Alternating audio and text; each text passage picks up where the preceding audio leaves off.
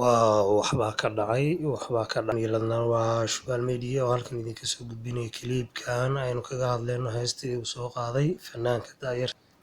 Guuled Simba oo ah fanaan daayar oo Soomaaliyeed oo ku nool Yurub ayaa waxaa looga bartay inuu sanadkii soo saaro 2 ama 3 heesood fanaankan oo heesihiisa qiimo sidaa ay ku yeesheen isaga oo kaga duwan fanaaniinta iska daba keenka ah Guuled Simba maahan mid iska daba keena heesaha waa fanaan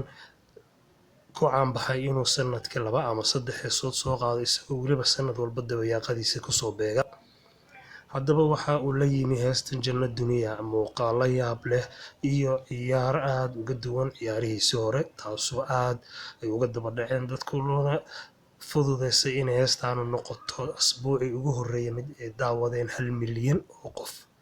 taasoo la oran karo waa iskoor u soo hoyday fanaanka daayarta ee Guuled Simba sidaad aragtaan 1 week ago 1 milyan oo views isagoo weliba soo geliyay janaalkiisa haddaba fanaankan daayarta ayaa waxa uu isagu sheegnay fanaaniinta Soomaalida ee kale ee loodkiisa inaanu iska daba keenin heesaha amaba aanu sanadkii soo saarin heesa fara badan ee waxa uu soo saaraa oo kaliya 2 ama 3 hees dadku aad u jeclaystaan iyadoo weliba uu tumayo muusiga maftuuxaad ee halka uu lahankana u saarayo walaalkii Nabiil Bulle haddaba ila daawada muuqaalkan kale waa social media oo idin la isma dhaafno kulanka